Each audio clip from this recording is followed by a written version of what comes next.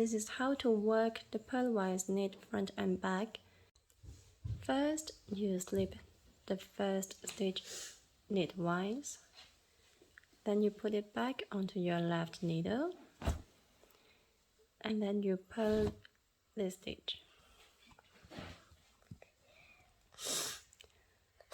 And with the tip of your left needle, you insert it in to lift the right leg of the stitch below the one you have just worked.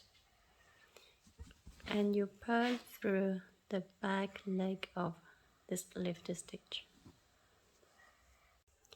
You start by slipping the first stitch knitwise, place it back onto your left needle, you purl that stitch, and then you move the tip of your left needle down to lift the right leg of the stitch just worked, and purl through the back loop of this stitch. And now I'm going to do it by holding yarn on my right hand. So slip the first stitch knitwise, put it back, yarn forward and purl this stitch.